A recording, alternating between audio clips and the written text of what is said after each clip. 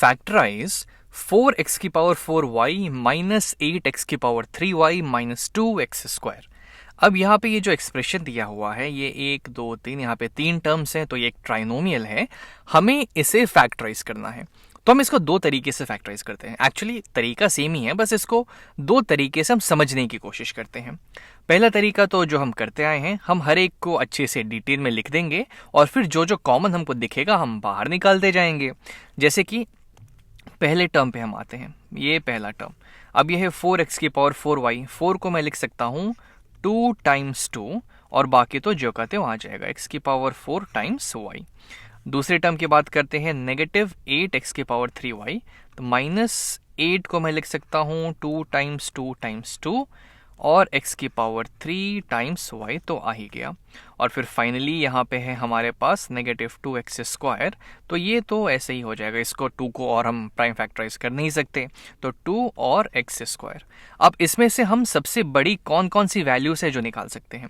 तो पहले हम कांस्टेंट चीज़ों की बात करते हैं, जो ये नंबर्स हैं यहाँ पे, जो सबके कोफिशिएंट्स हैं। जैसे यहाँ पे 2 बार 2 है, यहाँ पे 3 बार 2 है, यहाँ पे सिर्फ एक ही बार 2 है। तो 2 का कौन सा हाईएस्ट पावर है, 2 का कौन सा हाईएस्ट वैल्यू हम निकाल सकते हैं। एक ही बार 2, क्योंकि मैं 2 बार 2 निकालूंगा तो यहाँ से तो निकल जाएगा, यहाँ से भी निकल जाएगा, लेकिन यहाँ से नहीं निकल पाएगा क्योंकि यहाँ पे तो सिर्फ एक ही 2 अवेलेबल है। इसलिए हम तीनों में से सिर्फ एक ही 2 बाहर निकालेंगे। हाईएस्ट पावर 2 का जो निकाल सकते हैं हम बाहर, वो 2⁴ ही होगा। तो चलिए वो हम निकालते हैं। तो जैसे ही हमने 2 बाहर निकाला तो एक 2 यहाँ से हट जाएगा, एक 2 यहाँ से हट जाएगा और एक 2 जो यहाँ पे था वो हट गया। ठीक है, अब इसके अलावा और हम क्या निकाल सकते हैं। तो यहाँ पे है x⁴, यहाँ पे x⁴3, यहाँ पे x⁴2। तो x का क्या हाईएस्ट पावर है जो हम निकाल सकते हैं, तो x²। तो मैं x² यहाँ से निकाल लूंगा। तो जैसे ही मैं x² यहाँ से निकालूंगा तो यहाँ बच जाएगा 2x मैंने निकाल लिए हैं, तो 2x और बच जाएंगे। तो ये हो जाएगा x⁴2। 3x थे यहाँ पे, 2x मैंने निकाल लिए हैं, तो 1x और बच जाएगा। और यहाँ से तो मैंने दोनों x ही निकाल लिए, ये पूरा टर्म मैंने यहाँ से निकाल लिया, तो यहाँ सिर्फ 1 बच जाएगा। ध्यान रहे यहाँ 0 नहीं बचेगा। अगर आपको ये लग रहा है कि यहाँ 0 बचेगा तो वो गलत है। अभी मैं बताता हूँ ऐसा क्यों। तो अब हम देखते हैं हमारे पास अंदर में क्या आ जाएगा। इधर आ गया 2x⁴2y माइनस यहाँ आ जाएगा 2 2 ज़ा 4xy और फिर इधर आ जाएगा मेरे पास -1। अब अगर आप इस 1 की जगह मान लीजिए आपने 0 लिखा होता, तो जब मैं इसको वापस से इस पे मल्टीप्लाई करूंगा तो मुझे ये एक्सप्रेशन मिल जाना चाहिए। तो जैसे ही मैं 2x² को 0 से मल्टीप्लाई करूंगा तो मुझे तो 0 मिल जाएगा, लेकिन यहाँ 0 तो है नहीं, यहाँ 2x² है।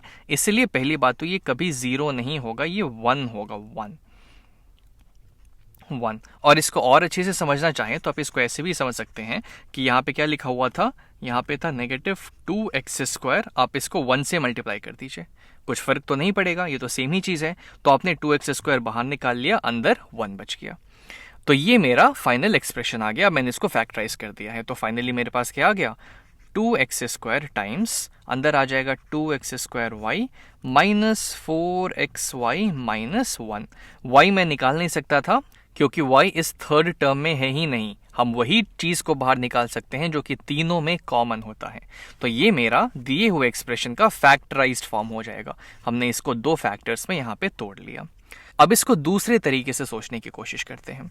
उसके लिए पहले मैं आपको एक एग्जांपल देता हूँ। जैसे मान लीजिए मेरे पास है कुछ 12 प्लस मान लीजिए यहाँ पे है, यहाँ पे हम ले लेते हैं कुछ 16। अब इन दोनों में से हम हाईएस्ट वैल्यू क्या कॉमन निकाल सकते हैं, अगर मैं आपसे पूछूं तो क्या होगा। तो हाईएस्ट कॉमन फैक्टर दोनों का होगा 4। हाँ 4 होगा, तो मैं 4 को बाहर निकाल लेता हूं। तो जैसे ही मैं 4 को बाहर निकालूंगा, अब अंदर मुझे कैसे पता चलेगा कि क्या बचेगा। तो 4 3 ज़ा 12 होता है, तो आप बोलेंगे यहाँ 3 बच जाएगा। और यहाँ पे 4 4 ज़ा 16 होता है, तो यहाँ पे 4 बच जाएगा। इसको सोचने का एक और तरीका ये भी हो सकता है कि चूंकि 4 टाइम्स 3 12 होता है, तो मैं इस 3 को ऐसे भी तो लिख सकता हूँ, जो दिया हुआ टर्म है वो, और इसको मैंने इस कॉमन फैक्टर से डिवाइड कर दिया। तो फिर यहाँ पे 3 आ गया। और सेम उसी तरीके से यहाँ जो दिया हुआ था 16, जो चीज़ मैंने यहाँ बाहर निकाली उससे मैं उसको डिवाइड कर देता हूँ। तो अंदर जो चीज़ बचेगी, तो ये जो वैल्यू आएगी वो अंदर बची हुई चीज़ होगी। अब आप उसको ऐसे लिख लीजिए या फिर डायरेक्टली आप इसको 3+4 लिख लीजिए, एक ही बात है।